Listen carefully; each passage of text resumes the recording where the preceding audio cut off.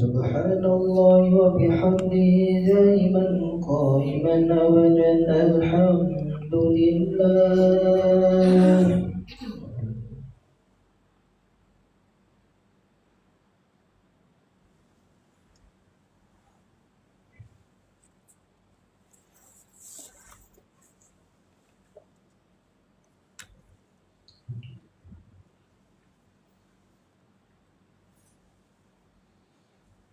الحمد لله رب العالمين على كل هام وفي كل هام ونعمة. الله أكبر. الله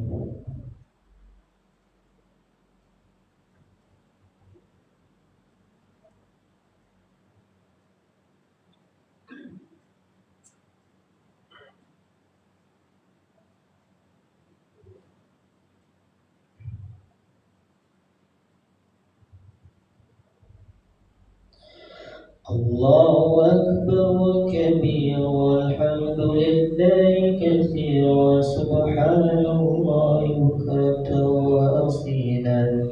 لا إله إلا الله وحده لا شريك له له الملك وله الحمد يحيي ويميت وهو على كل شيء قدير. ولا حول ولا قوة إلا بالله العلي العظيم. أعوذ بالله من الشيطان الرجيم. بسم الله الرحمن الرحيم. الحمد لله رب العالمين والصلاة والسلام على أشرف الأنبياء والمرسلين وعلى آله وصحبه رسول الله أجمعين. اللهم أحسن عاقبتنا في الأمور كلها وأجرنا من خزي الدنيا والعذاب الآخرة. اللهم تقبل منا صلاتنا وصيامنا وركوعنا وقعودنا وتضرعنا وتعبدنا وتوسعنا برحمتك يا أرحم الراحمين. اللهم إنا نسألك رضاك والجنة ونعوذ بك من سخطك والنار. اللهم إنا نسألك سلامة في الدنيا والآخرة وعافية في جسدنا وزيادة في علمنا وبركة في رزقنا وتوبة قبل الموت ورحمة عند الموت ومغفرة بعد الموت. اللهم حول علينا في شكرة الموت والنجاة من النار والعفو عند الحساب. ربنا آتنا في الدنيا حسنة وفي الآخرة حسنة وقنا عذاب النار.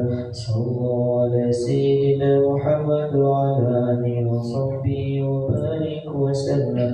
سبحان ربنا رب العزة عما يصفون والسلام على المرسلين والحمد لله رب العالمين. الفاتحة.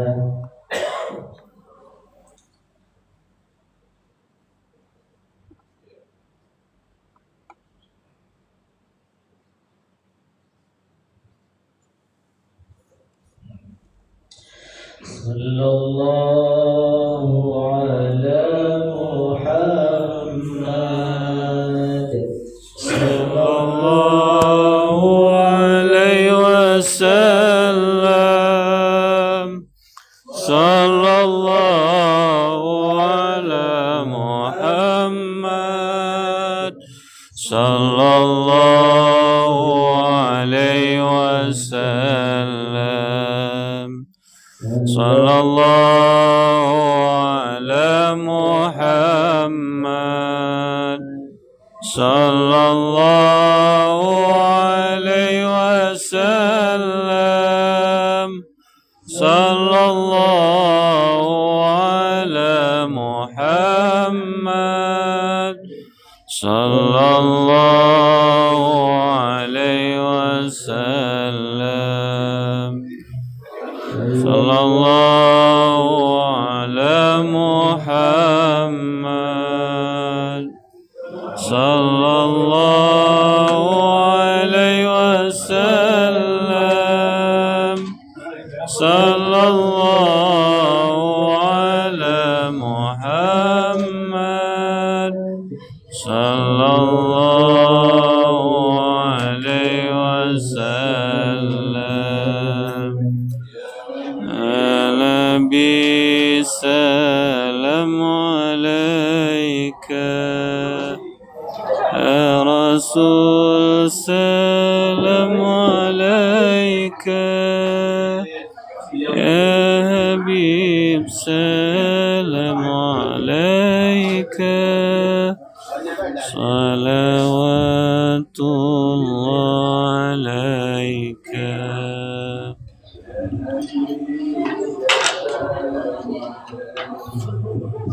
Ibu, kita lanjutkan.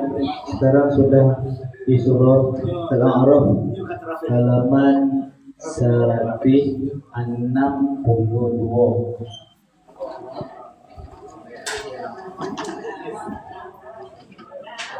Halaman 162 ayat 9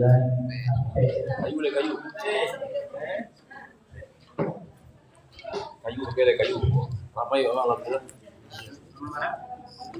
halaman 162 ayat 9b.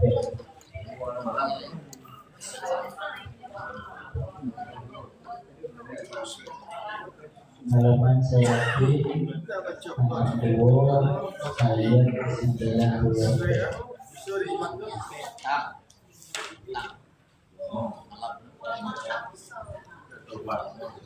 Iya, mohon maaf. Dan Ibu, dah. Taqabbalallahu minna wa minkum taqabbal ya karim. A'udzu billahi minasy syaithanir rajim. Bismillahirrahmanirrahim. Wa ma arsalna fi qaryatin min nabiyyin illa ahlaha bil ba'sa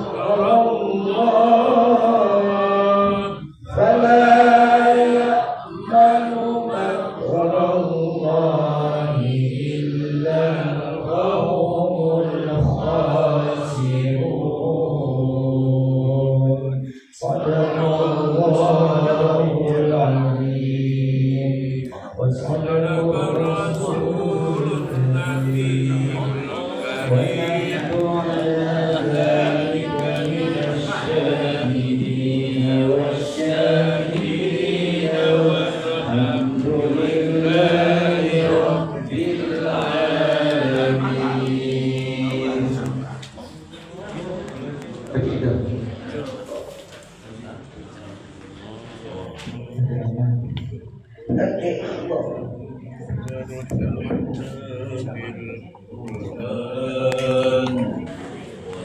Allahumma Muhammad al-Quran waj'alhu lana imaman wa nuran wa rahmah.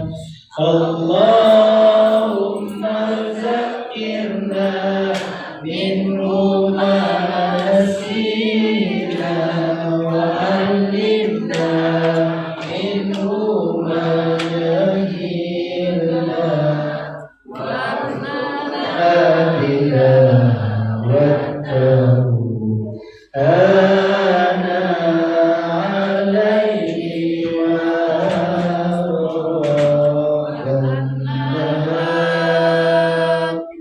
waj'alhu lana hujjatan ya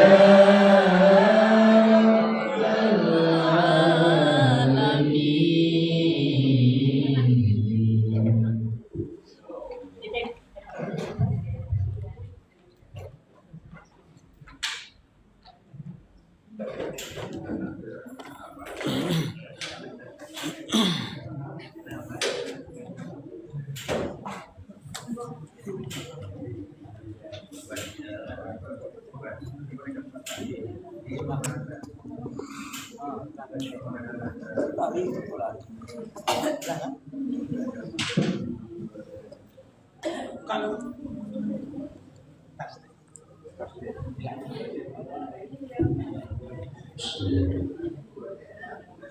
Assalamualaikum warahmatullahi wabarakatuh. Waalaikumsalam warahmatullahi wabarakatuh. Alhamdulillah, Rasulullah.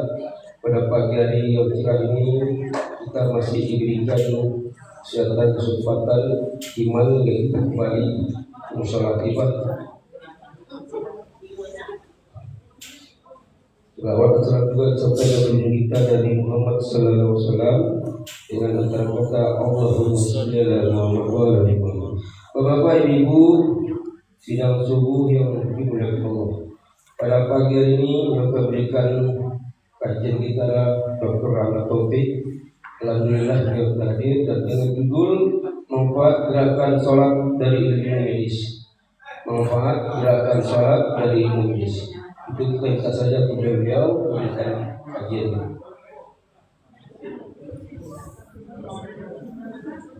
Bismillahirrahmanirrahim. Assalamualaikum warahmatullahi wabarakatuh. Waalaikumsalam warahmatullahi wabarakatuh. Alhamdulillahirabbil alamin. Wassalatu wassalamu ala asrofil anbiya'i wal mursalin wa ala alihi rasulil ajmain. Puji kita kepada Allah Subhanahu wa taala yang telah melimpahkan rahmat dan karunia kepada kita bersama, sehingga dengan limpah rahmatnya juga kita dapat berkumpul di musala yang kita cinta ini dalam rangka melaksanakan kewajiban kita, yakni salat subuh berjamaah, dan kita ikuti dengan kegiatan rutin kita, yakni mengisi setiap pagi menjelang matahari terbit nanti, yang pada setiap kewajiban itu kita isi dengan beberapa kajian dan diakhiri dengan kegiatan kaulidah nantinya. Kemudian salawat dan salam dan lupa-lupanya kita kirimkan buat junjungan kita, yakni Nabi besar Muhammad Sallallahu Alaihi Wasallam. Allahumma shalli ala Kami Muhammad. hormati pengurus musala Al-Tibah, yang kami hormati juga pengurus Masjid Baitur Rahim, dan yang kami hargai dan kami cintai para jamaah yang telah hadir pada pagi kesempatan baik ini. Seperti yang telah disampaikan oleh Pak Moderator kita pada pagi ini, bahwasanya judul kegiatan kita pada pagi ini adalah manfaat gerakan salat dari ilmu medis. Jadi Bapak Ibu, sebenarnya dari salat yang kita lakukan ini sangat banyak sekali manfaatnya untuk dari segi kesehatan, baik itu gerakan dari mulai kita berdiri sampai terakhir kita duduk otak dan diakhiri dengan salam. Kalau seandainya kita lihat dari setiap gerakan tersebut, ada banyak sekali manfaat untuk segi kesehatan, sehingga itulah rahasianya kenapa para pendahulu kita nenek moyang kita di zaman Rasulullah terdahulu, kenapa berbadan sehat, berbadan tegak, sehingga dapat mengembangkan ajaran agama kita walaupun banyak sekali tantangan-tantangan yang dihadapi di zaman tersebut. Sekedar pendahuluan bahwasanya gerakan salat ini kalau seandainya akan bisa memberi manfaat kepada kita, maka gerakan salat itu harus kita lakukan secara benar dan tidak dilakukan secara terburu-buru. Itu juga kenapa di dalam gerakan salat itu ada disebut dengan tumanina. Artinya ada beberapa gerakan yang harus kita lakukan sesuai dengan kaidah-kaidah yang telah diajarkan oleh atau syarat-syarat salat itu sendiri. Jadi artinya tidak akan secara terburu-buru. Kemudian kalau seandainya kita lakukan secara terburu-buru dan tidak sempurna, tentu yang pertama akan menyebabkan kita sulit menghayati setiap bacaan yang kita baca. Kemudian juga tata gerak tubuh kita jadi tidak sempurna. Nah, yang nomor 2 ini yang poin kita poin yang akan kita kaji dalam kajian kita pada pagi ini. Kemudian tentu juga jalinan komunikasi kita dengan Allah tidak optimal. Bahwasanya salat itu merupakan komunikasi kita, komunikasi kita dengan Allah, komunikasi seorang hamba dengan penciptanya, dan itu akan tidak tercapai kalau seandainya kita lakukan secara terburu-buru dan tergesa-gesa. Nah, ini secara garis besar ya Bapak Ibu ya, kita lihat dari gambar yang kita lihat di hari ini. Secara garis besar inilah gerakan salat kita lakukan. Yang pertama kita berdiri dengan sempurna, kemudian kita lakukan dengan takbir ya, takbir. Kemudian kita membaca Al-Fatihah, kemudian ruku, kemudian berdiri lagi, kemudian sujud, kemudian juga duduk antara dua sujud, kemudian terakhir adalah duduk tahiyat akhir. Ini secara garis besar gerakan-gerakan yang kita lakukan dalam setiap gerakan salat. Kemudian inilah yang akan kita kaji ya.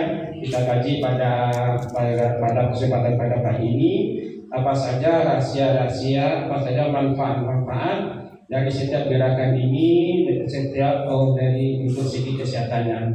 Tapi mungkin karena keterbatasan waktu, mungkin yang kita kaji mungkin terlebih dahulu untuk berdiri dan merukuk saja dulu. Berdiri dan merukuk saja, mungkin pada kesempatan berikut baru kita kaji untuk kesempatan berikutnya. Nah, ini ya yang berdiri tegak dan takbiratul ihram, posisi kita berdiri tegak seperti yang nampak di layar monitor ini. Kemudian juga kita ikuti dengan kita bertakbir, mengangkat kedua tangan kita sejajar dengan telinga, lalu menempatnya di depan perut atau di dada bagian bawah. Itulah posisi yang pertama sekali yang kita lakukan. Nah, nanti kita lihat apa rahasianya, apa manfaatnya secara medis dari yang kita lakukan pertama ini. Yang pertama tentu adalah berdiri tegak. Berdiri tegak ini tujuannya adalah untuk pelurusan tulang belakang. Tulang belakang ini Bapak Ibu adalah komponen utama dari tubuh kita.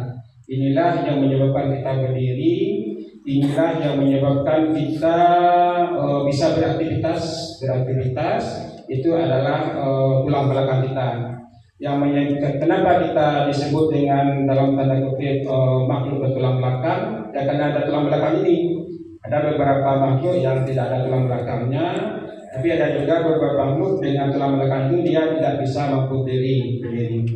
Kemudian ini juga harus dalam bagian keadaan pelurusan karena ini akan bertujuan dengan latihan pernapasan kita, juga pencernaan kita, tulang kita, otot punggung dan otot punggung kita. Ini dapat dilihat dari gambar berikut. Nah, ini dia.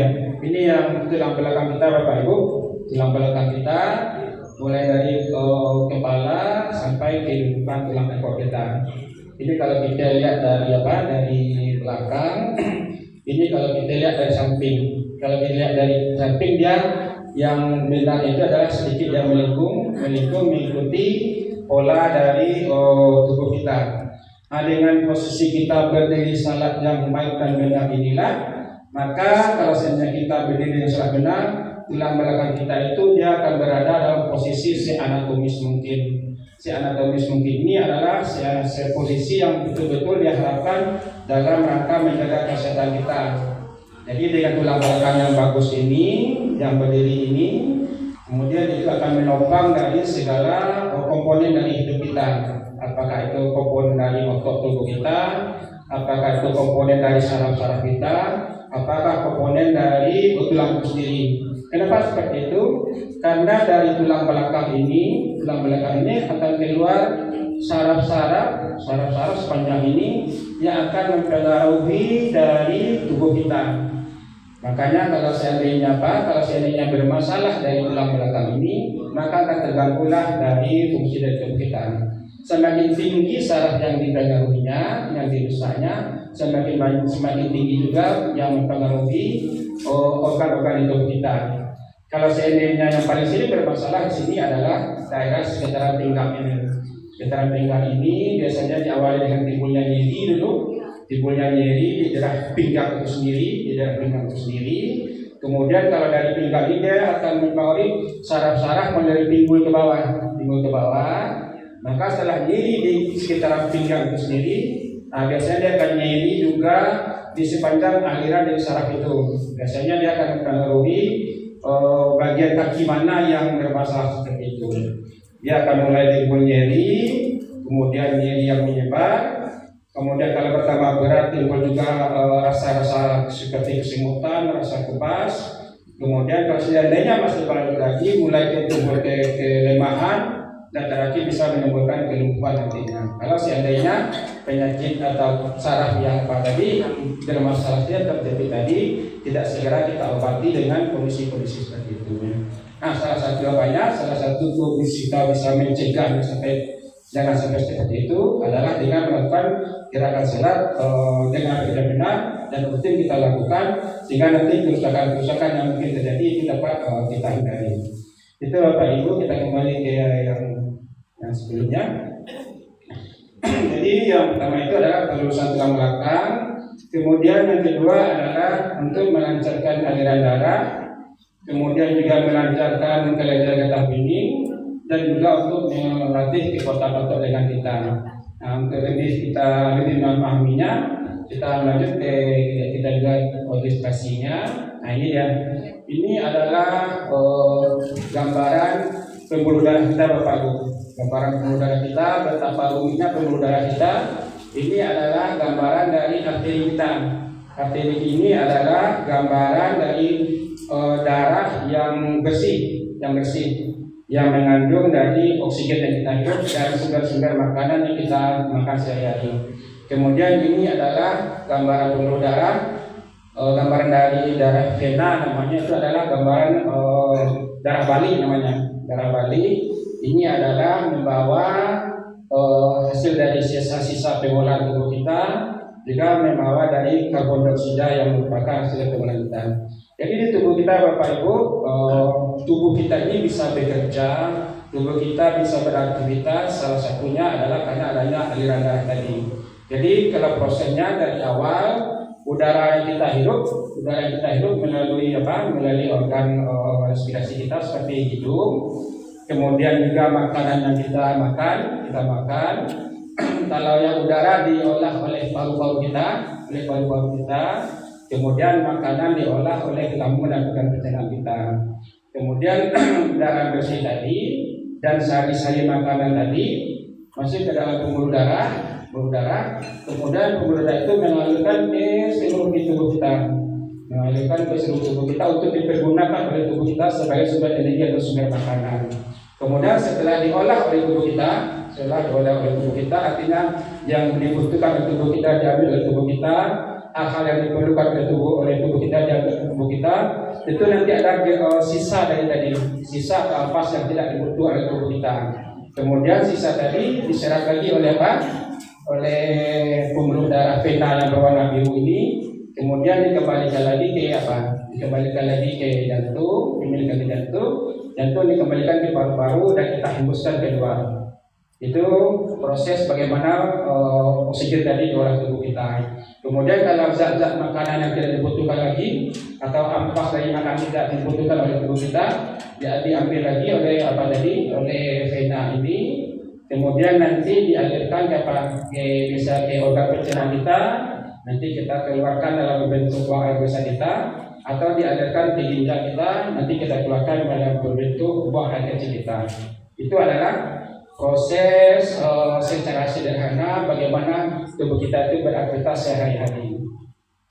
Jadi dengan apa? Dengan kita melaksanakan salat, dengan kita posisi berdiri tegak seperti gambar tadi, berdiri tegak, sehingga nampaklah bagaimana aliran darah kita ini akan lancar dengan posisi berdiri tegak tadi. Kalau seandainya tidak ada kesempurnaan kita dalam berdiri tadi, maka kita akan timbullah lipatan pada beberapa pembuluh darah kita, sehingga nanti akan terjadilah tidak lancarnya aliran darah tadi. Itu adalah rahasia yang kedua dari bagaimana fungsi dari berdiri tegak di waktu salat tadi. Kemudian yang kedua adalah pada waktu kita berdiri, posisi jantung kita itu berada di bawah otak, memungkinkan darah mengalir lancar ke seluruh tubuh. Jadi Bapak Ibu, kalau kita lihat gerakan salat kita ini betul-betul sempurna Bapak Ibu. Sebenarnya bagaimana posisi jantung kita itu di dalam salat itu ada 3 posisi. Posisi yang pertama adalah dia berada di bawah otak kita. Itu terdapat pada waktu kita melaksanakan berdiri takbiratul ihram tadi, di mana posisi jantung berada di bawah otak. Kemudian ada satu saat posisi jantung itu diletakkan sejajar dengan posisi otak kita. Itu terjadi pada waktu kita melaksanakan ruku, Dan ada lagi nanti posisi di mana jantung kita justru berada di atas otak kita. Itu berada pada waktu kita melakukan pada waktu sujud. Jadi alangkah sempurnanya gerakan salat ini dari posisi jantung dengan dalam otak saja sudah terdapat 3 posisi yang didapat dalam waktu kita salat ini. Jadi pada waktu kita berdiri tegak, posisi jantung itu berada di otak. Ini yang dari gambarnya. Nah, ini jantung seperti kami duduk seperti ini, jantung kita berkuliah.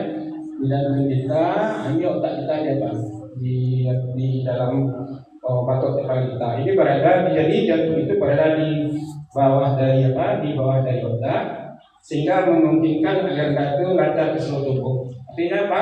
Kalau seandainya otak kita berdiri posisinya di atas, maka pada kesempatan tersebut dengan pengaruh gravitasi bumi, dengan pengaruh tarikan bumi ini, maka darah itu akan sedikit lebih banyak dia mengalir ke organ yang berada di bawah jantung tadi.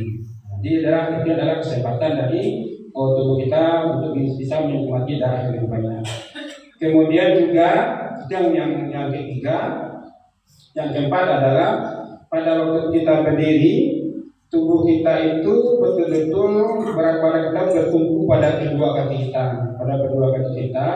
karena posisi tersebut adalah posisi yang anatomis sekali.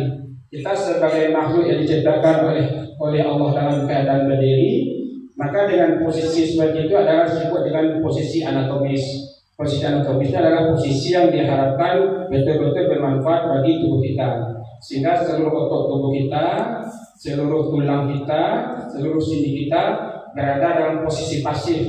Posisi pasif ini adalah dalam posisi istirahat, sehingga akan menimbulkan relaksasi atau pengendoran pada otot-otot kita, sehingga itu akan menyebabkan pemulihan pada kedepannya nanti. Nanti kita lihat dari gambar berikut Bapak Ibu. Nah, dari sini saja kita lihat.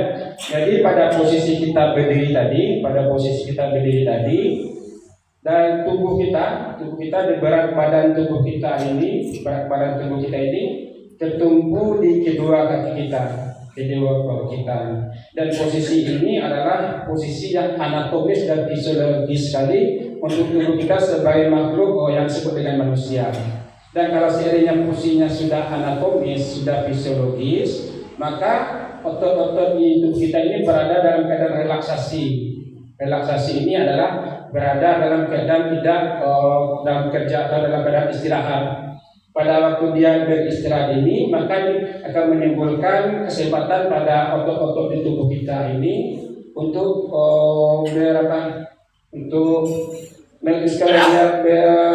berecovery atau dia melakukan perbaikan. Artinya pada waktu kita kelelahan, pada waktu kita keletihan, itu otot-otot kita itu akan sedikit tegang atau sedikit capek.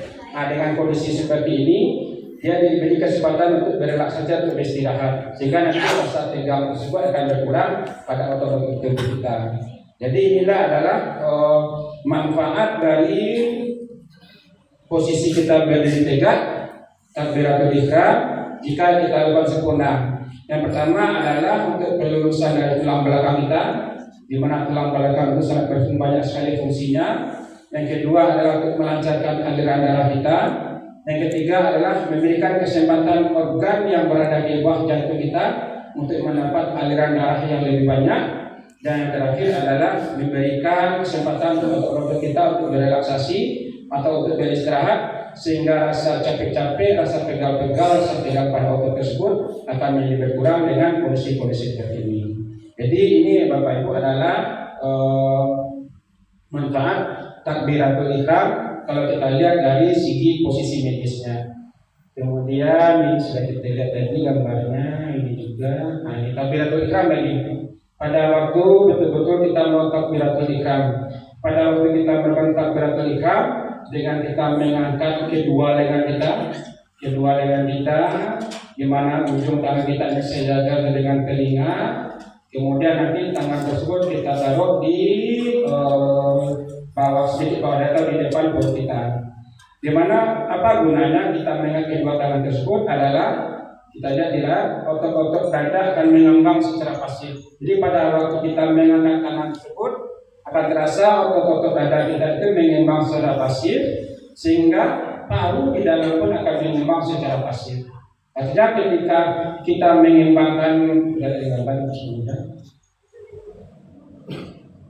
nah ini kan paru-paru kita, paru-paru kita kiri kanan.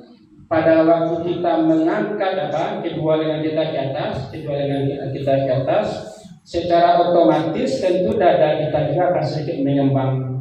Artinya ukuran lumen yang di dalam itu akan sedikit lebih besar daripada kalau seandainya dia tidak mengembang.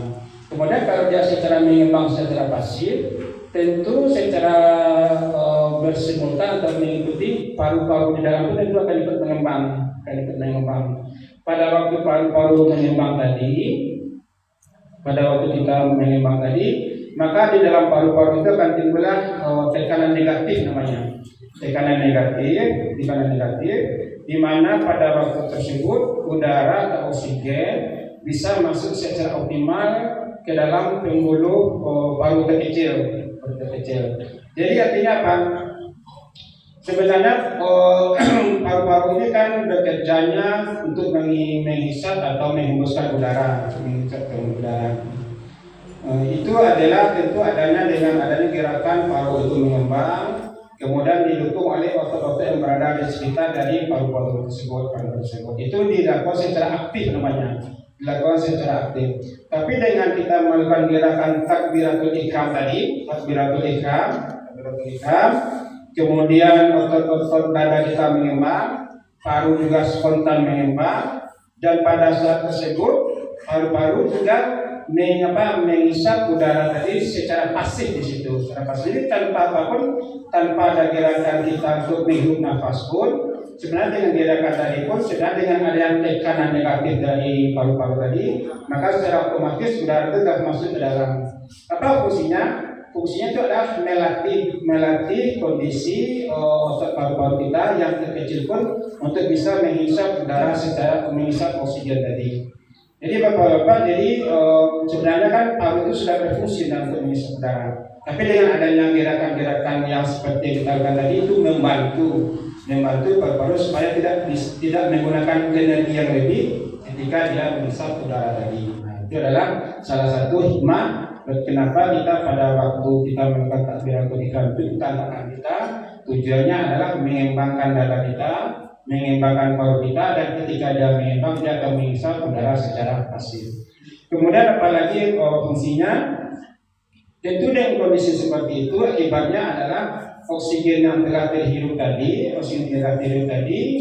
menyebabkan dengan adanya pengembangan rongga dada tadi, tentu lumen di dalamnya menjadi besar, tentu menimbulkan kedua adalah selain dari pengaruh ke paru adalah kepada jantung kita menjadi lebih leluasa berdenyut karena rongganya tadi itu lebih besar kita berikan dibanding desubit. Jadi juga menyebabkan jantung bisa memompa darah lebih banyak.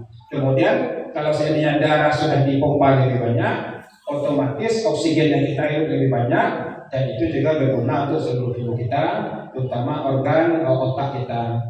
Makanya salah satu manfaat dari ini juga adalah bagaimana oksigenasi ke otak lebih bagus, sehingga nanti otak kita mendapat asupan energi yang banyak, sehingga kemungkinan kita untuk menjadi daya penurunan kita berpikir atau daya pikun kita menjadi terlambat nanti datangnya. Itu adalah fungsi yang berikutnya.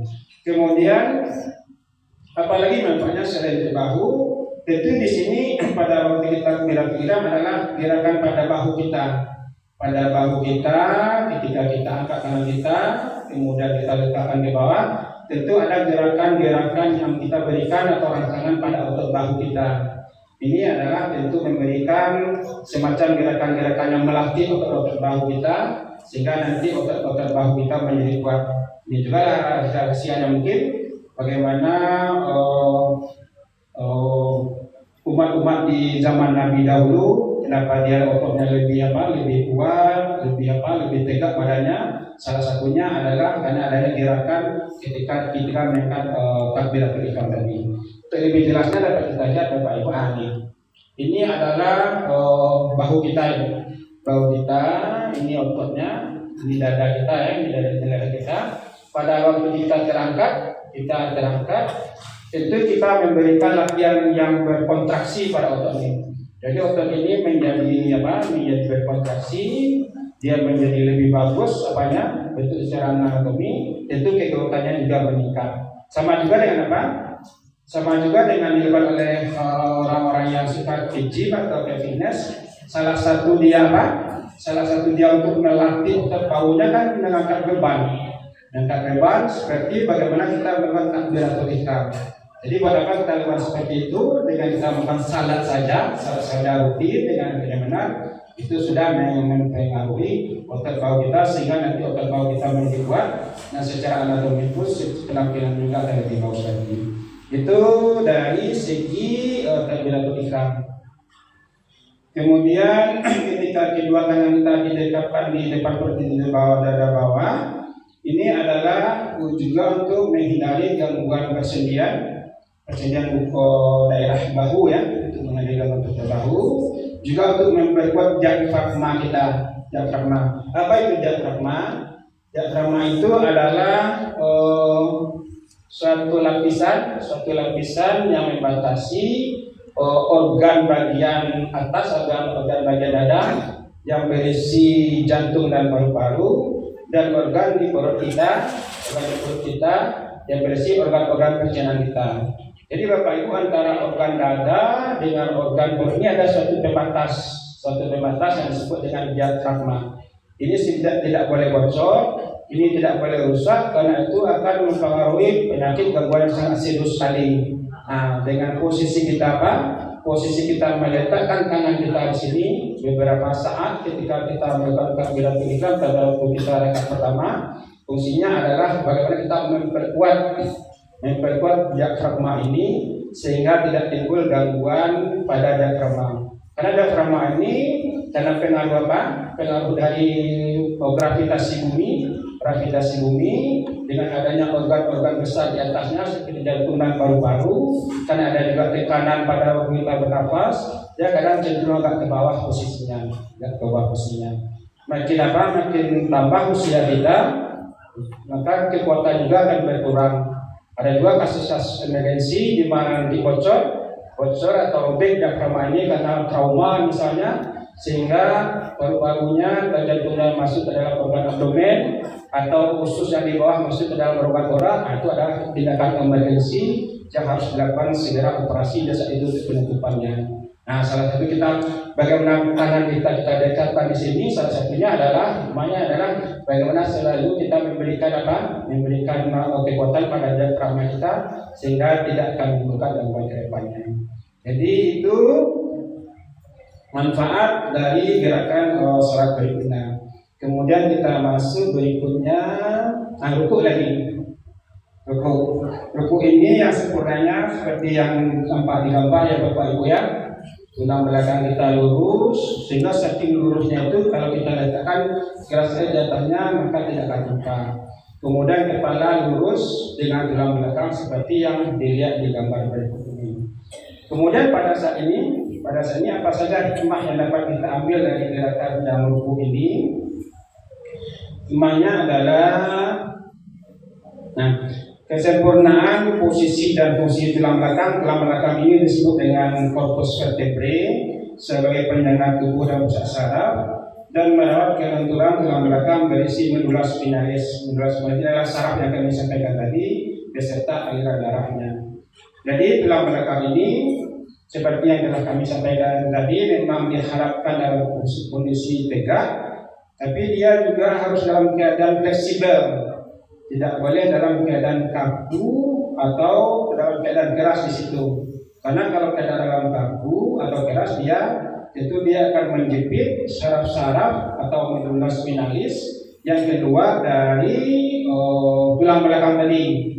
Nah, makanya posisinya tersebut kita rubah posisinya, tapi dalam perubahannya itu tetap dia dalam keadaan lurus seperti yang telah kita lihat dari gambar tadi. Nah, ini dia. Jadi pada waktu kita ruku, ini kan berada dalam keadaan 90 derajat daripada kondisi seperti ini. Tapi walaupun dalam keadaan 90 derajat, tetap kita usahakan ini dalam keadaan lurus. Sebab kenapa? Kalau seandainya ini tidak lurus, tentu di mana ada bentrokan dia nanti, dia akan menyebabkan masalah di tempat bentrokan tadi. Karena kenapa? Dia akan seperti yang kami sudah bilang tadi, kan ada saraf-saraf kecil yang keluar di sini. Saraf-saraf kecil yang akan mempengaruhi kerja dari tubuh kita. Misalnya yang keluar dari daerah leher, itu dia akan mempengaruhi daerah lengan kita, akan mempengaruhi kerja dengan kita. Kemudian misalnya keluar dari sini, dia akan mempengaruhi organ di sekitaran rongga dada kita. Kemudian yang sini dia mempengaruhi organ yang berada di perut kita, sampai nanti ujungnya sampai dia mempengaruhi daerah dari kaki kita. Makanya kadang-kadang orang yang mengalami saraf terjepit ini dia di mana terjadi jepitan sarafnya, maka akan timbullah gangguan dari setinggi jepitan saraf tadi. Semakin tinggi sarafnya terjepit, maka semakin tinggilah gangguan tadi. Dan kebanyakan saraf terjepit itu secara frekuensi kejadiannya paling banyak di daerah pinggang ini. Karena di daerah pinggang ini sangat rentan sekali dengan cedera-cedera yang sering kita lakukan sehari-hari, atau yang sering kita lakukan karena posisi kita yang salah yang berulang-ulang. Misalnya kita mengangkat beban terlalu berat sehingga nanti timbul keretakan halus di sini, atau timbul robekan pada membran yang membatasi saraf tadi, atau bisa juga karena posisi duduk kita yang salah berulang-ulang, yang bengkok misalnya berulang-ulang dalam waktu yang lama, sehingga nanti sarafnya keluar terjepit. Nah, setinggi jepitan itulah yang bisa menimbulkan gangguan tadi. Dan kalau seandainya tidak kita perbaiki dan kita obati, yang paling buruk itu adalah menimbulkan kelumpuhan di mana saraf itu yang akan dia bekerja nantinya. Jadi kembali ke di sini. Jadi walaupun kita tetap dalam keadaan ruku, Tapi saraf itu harus dalam keadaan tegak lurus secara anatominya. Apa dilakukan ruku ini tujuannya adalah untuk merelaksasi atau mengistirahatkan supaya tidak timbul ketegangan pada tulang belakang tadi. Kemudian satu lagi, ini juga untuk mencegah terjadinya pengapuran. Jadi tulang belakang ini Bapak Ibu, kalau kita lihat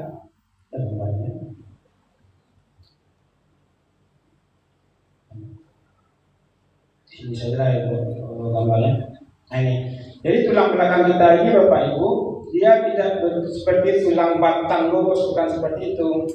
Dia seperti kumpulan tulang-tulang kecil yang disusun dan dia menyambung. Makanya dia bisa berubah posisinya karena dia seperti tulang-tulang kecil yang disambung. Nah, kalau seandainya terjadi pengapuran di situ, pengapuran sini kan adanya tulang itu menjadi lemah, menjadi mudah patah karena terjadi pengapuran di situ. Dan kalau seandainya dia mengalami patahan atau dia mengalami penipisan, tentu bisa menyebabkan gangguan juga pada sarafnya tadi. Karena secara anatomi tentu akan mempengaruhi saraf yang keluar di situ. Kalau seandainya terjadi patahan, tentu akan timbul jepitan di situ. Atau juga jadi penipisan di situ, tentu sarafnya juga akan terjepit di situ. Dan kalau itu terjadi, samalah dengan apa yang kami sampaikan tadi. Kemudian, di sini satu lagi yang berikutnya yang telah kita sampaikan seperti di awal. Kalau kita posisi berdiri tegak, posisi jantung kita itu berada di bawah kepala kita. Nah, pada waktu kita ruku ini, posisi jantung kita itu sejajar dengan otak kita, sehingga nanti kalau sejajar tentu aliran darah itu maksimal untuk di daerah bagian tengah dari tubuh kita. Kemudian letak bahu juga dengan leher yang sejajar untuk menjaga kelenturan tulang leher dan tengkuk kita sehingga aliran darah dari tubuhnya keluar. Nah, jadi maksud kalimatnya seperti ini. Yang kalau seandainya pada waktu kita berdiri kan jantung itu berada di bawah otak kita. Karena posisi seperti itu dengan gravitasi bumi, maka aliran darah itu akan sedikit maksimal untuk organ-organ di bawah kita. Pada waktu dia sejajar, maka aliran darah itu maksimal di tubuh bagian tengah kita. Karena dia fungsinya yang sama tinggi tadi. Kemudian juga dengan pada waktu kita ruku seperti apa? Seperti gambaran ini juga memberikan tekanan pada otot bahu kita, otot lengan kita, tapi juga menyebabkan relaksasi pada otot-otot leher kita. Jadi kadang kalau seandainya kita ada masalah di tengkuk kita agak sakit, dengan kita melakukan gerakan seperti ini, maka akan menimbulkan relaksasi atau istirahat pada otot kita, yang tujuannya adalah nanti bagaimana otot-otot tersebut menjadi relaksasi dan menimbulkan rasa nyeri yang berkurang pada otot tersebut. Jadi ini adalah 4 manfaat dari gerakan duduk kita. Kemudian yang berikutnya, dengan meletakkan tangan pada lutut itu akan menyebabkan meluaskan tulang belakang karena tulang belakang menahannya. Kemudian juga menguatkan persendian otot kaki. Kemudian juga tekanan kaki pada tulang punggung dan Jadi Bapak Ibu, dengan kita melakukan ruku ini, kita lihat dari gambarnya. Pada waktu kita ruku, kita juga menimbulkan tekanan pada sendi lutut kita. Dengan adanya tekanan pada sendi lutut kita, maka itu akan melatih sendi kita itu menjadi lebih kuat sehari-hari. Kemudian satu lagi, pada waktu kita ruku ini dengan pengaruh gravitasi bumi tadi, maka organ-organ pencernaan kita, organ-organ untuk buang air kecil kita, organ-organ pencernaan ini seperti usus, kemudian organ-organ yang mengurus buang air kita seperti ginjal. Dengan posisi seperti ini dia akan sedikit turun, sehingga nanti gejala-gejala seperti buang air kecil kita yang susah atau buang air kecil kita susah akan terbantulah dengan kondisi-kondisi seperti ini. Jadi Bapak Ibu, itu yang dapat kita sampaikan pada pagi ini karena kita dibatasi oleh waktu. Jadi pada kesempatan pagi ini kita bahas 2 gerakan saja. Apa hikmah di balik gerakan salat kita, yaitu pada waktu kita berdiri, kemudian pada waktu kita melakukan takbiratul ihram, dan pada waktu kita melaksanakan rukuk tadi. Kapan dia akan menimbulkan manfaat secara apa? Secara kesehatan. Yang pertama itu tentu kita lakukan secara baik dan benar. Dan kalau kita berdiri, betul-betul berdiri tegak lurus. Kemudian pada waktu kita takbiratul ihram, betul-betul takbiratul ihram sesuai syarat yang disyaratkan oleh agama kita. Kemudian pada waktu kita rukuk, kita harus melakukan gerakan yang betul-betul disyaratkan oleh agama kita. Jadi kalau misalnya kita lakukan yang baik dan benar, maka akan menimbulkan manfaat secara medis dari gerakan tersebut. Yang kedua adalah kita lakukan tidak terburu-buru. Makanya secara agama pun kan kita disuruh lakukan setelah adanya tumakninah. Pada tumakninah ada kita berhenti terlebih dahulu, karena itu memberikan supaya ada gerakan itu memberi manfaat. Yang terakhir tentu kita lakukan secara rutin. Secara rutin artinya konsekuensinya adalah kita melaksanakan salat itu minimal 5 kali sehari yang wajib, ditambah dengan yang sunatnya. Jadi kalau sebenarnya sudah kita lakukan secara baik dan benar menurut tuntunan agama, kemudian kita lakukan tidak terburu-buru, ada tumakninahnya, dan kita lakukan secara rutin, maka pada saat itulah dia akan menimbulkan manfaat secara medis. Jadi banyak sekali untuk yang kita dapat, Bapak Ibu. Kita secara pahala, secara agamanya kita dapat, kemudian manfaat secara medis pun kita dapat. Mungkin itu yang dapat kita sampaikan pada kesempatan pada pagi ini. Untuk 2 gerakan saja, 3 gerakan terlebih dahulu. Gerakan berdiri, takbiratul ihram, kemudian pada rukuk. Mungkin pada kesempatan berikut kita lihat lagi dari segi sujudnya bagaimana, kemudian duduk di antara 2 sujud, dan duduk takhir. Kenapa duduk takhir itu berbeda dengan duduk di antara 2 sujud? Kalau dari segi medisnya ada manfaat-manfaat yang kita ambil di gerakan-gerakan tersebut. Mungkin itu dapat kita sampaikan pada pagi ini, karena waktu juga lah yang bisa mengakhiri kesempatan pagi ini. Kami mengucapkan terima kasih saja atas perhatian Bapak Ibu. Semoga apa yang kami sampaikan ini memberi manfaat bagi kita bersama. Dan kami tutup dengan mengucapkan wabillahi hidayah. Assalamualaikum warahmatullahi wabarakatuh. Waalaikumsalam warahmatullahi wabarakatuh.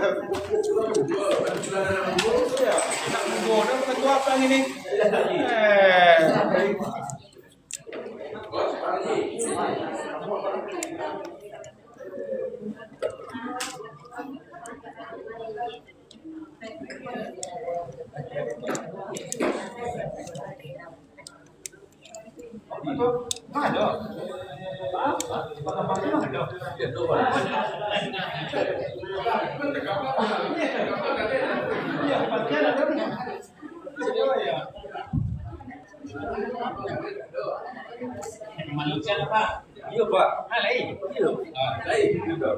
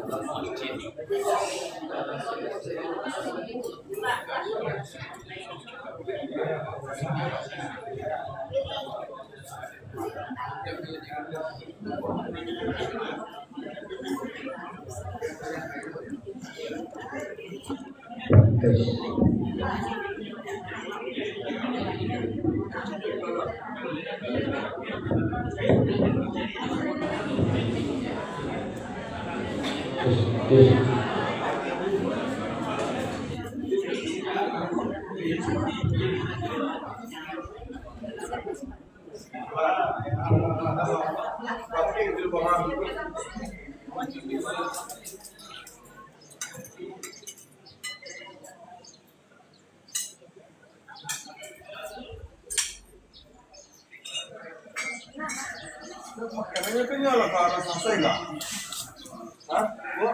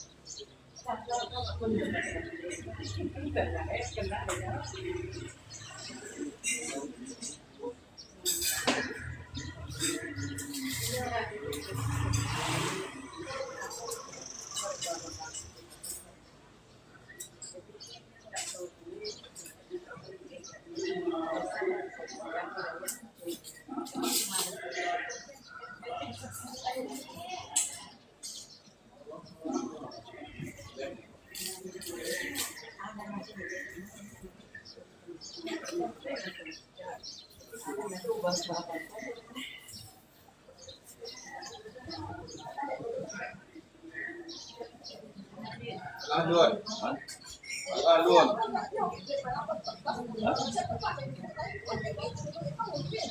Tahu kan masih banyak.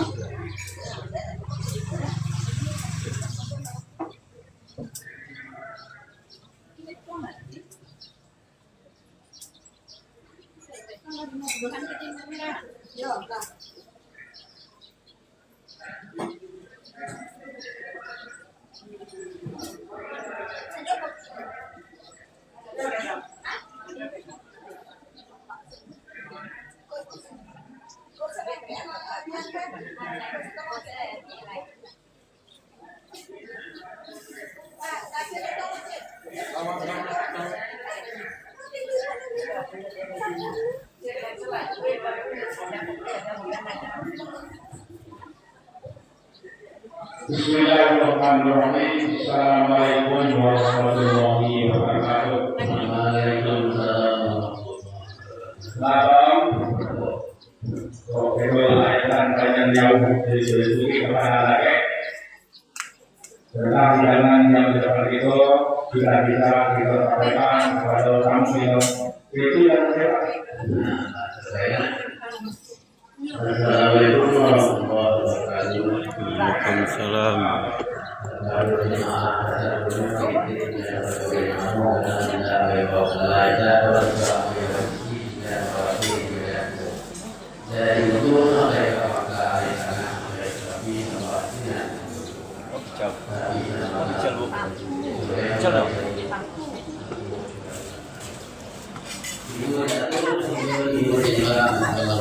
Oi,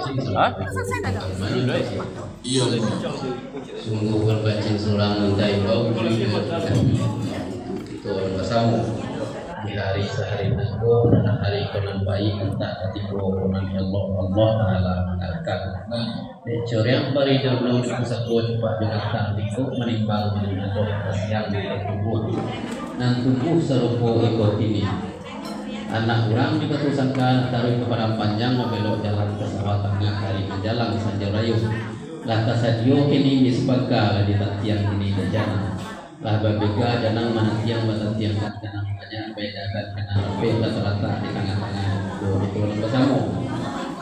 Nah ini kebetulan hari nak undi ke Kamba membelok jalan ke panjang. Minumlah air yang taisi makanlah ikan angkat tangan kuliah sana nanti sepaka itu sampai. Sudah sampai. sepanjang rencana katanya bangga dan tak bagaimana ujung dari baik berdoamu daripada cara pun beri dengan lebih budi. Ada pun serta minta itu dari kaum tadi itu yang isi dari minum minta tangan dari makan kan itu bawah sesuai dengan bawah dua boleh aja kalau butuh boleh atau yang pakai boiler atau yang pakai mana dua. Kemudian itu Mana betul.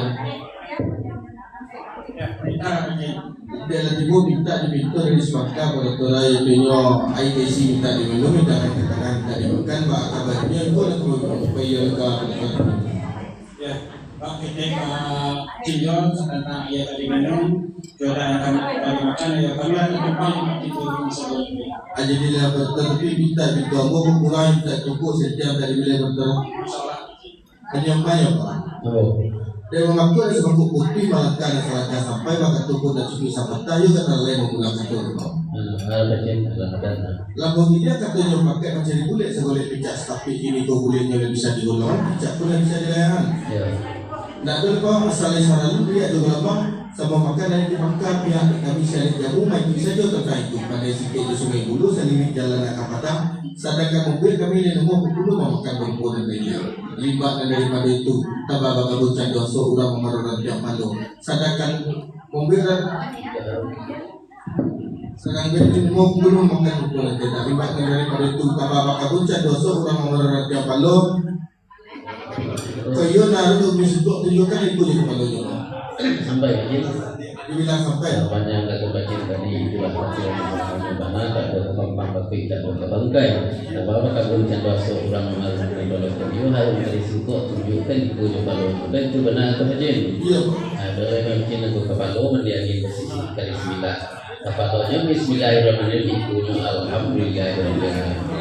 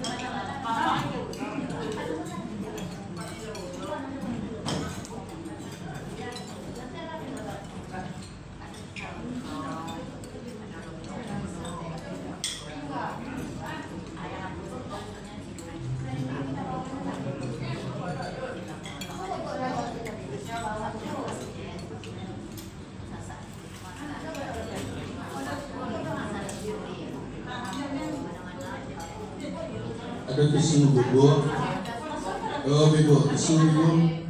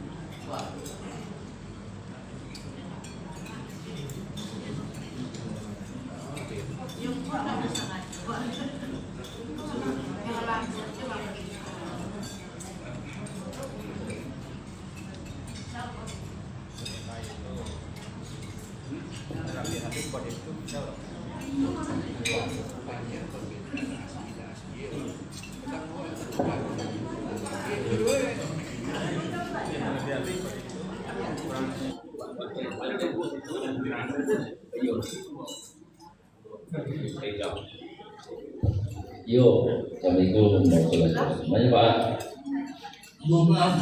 Yo, Pak sempat-sempatan. Bismillahirrahmanirrahim. Aku dalam menjadi kesempurnaan tambah diberikan kepada Pak. Karena balai sampai ke pulau Pak, perjalanan sampai ke Batik. Dan taganang laba pematang nama dia laba maru. Dan muka kita sampai dia mau pajak. Dan dulu ya Pak. Kau duduk nak mau rasiro, kau agak nak mainkan langkah, bagai dua suri ke jalanan bersalah pulang terima kasih. Ayah pun nak berpayukan kepada Pak. Sakit itu sama apa Pak? Ada sampai Pak. Lupa mau lah Pak. Sama kita dari sana orang mampu bisa dari mereka yang dulu alhamdulillah inilah dulu sampai kita di bawah itu berdua dalam beliau dalam menolak dan juga sebelum dari kurang untuk masing-masing. Tapi itu juga coba cari. Sabananya Pak. Tapi sama-sama itu Pak di badan jalan luar bisa mengingat karena kami dari baju di bawah sudah tidak kan kamu belum atau bukan nanti Pak harus nantero. Yo, suka dia boleh nanti Pak. Saya Pak Sabril. Ayo apa Pak? Nah, Pak Sabril sama Pak. Ya berita. Adilan ibu sama kita dari tamu itu kemudian lah mereka itu melanjut dari pasar sekarang bayu pemerintah atau nanti kita sah itu pasar Sampai Pak. alhamdulillah Pak pasar Apa yang disampaikan kamu itulah kantor sebenarnya Pak. Lari-lari lagi atau lari rasuk menjadi setantang gayon kau menjabui katuan kau jawab bapak tua Pak Jo di mana biar tajun sinan jam menyala di mana tanaman tumbuh di mana tukar tantak sinan tanaman tumbuh arti di mana musara boleh-boleh ke Pak. jadi pasar tapi kita itu jawab bilang mencari dia berasa Insyaallah. namanya Pak Yo, abu Pak. Ini batang kamu tarik hanya jalan untuk sampai pada batang. Ayo terlalu. Doa Pak. Asal keadaan dia tidak diberlaku.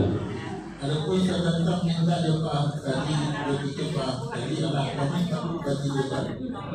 Kami itu di semua. Tapi lama itu boleh. Adapun satu atau biasa baru kita biasa berlaku. Hasil itu sampai apa? Iya, udah sampai Pak. Pak kurang arif dan bijaksana dan jahit cerdokio. Kami dan sepakat tadi dapat terjangkan dengan banyak dan bedakan dengan beda.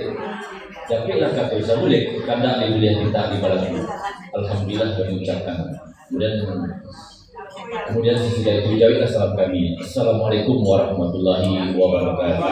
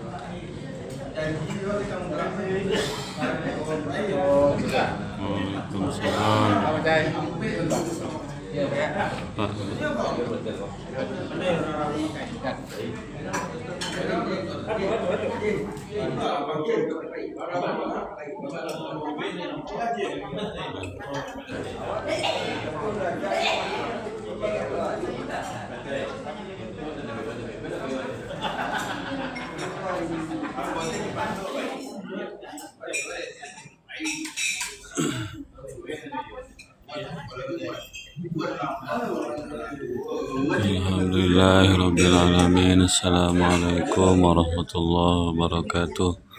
Insyaallah umat Islam bersatu membantu Palestina, Sudan, Yaman, dan Iran. Insyaallah umat Islam bersatu melawan pasukan Zionis Israel. Amin ya rabbal alamin. Rabbana atina fid dunya hasanah wa fil akhirati hasanah wa qina azabannar. Walhamdulillahi rabbil alamin. Assalamualaikum warahmatullahi wabarakatuh.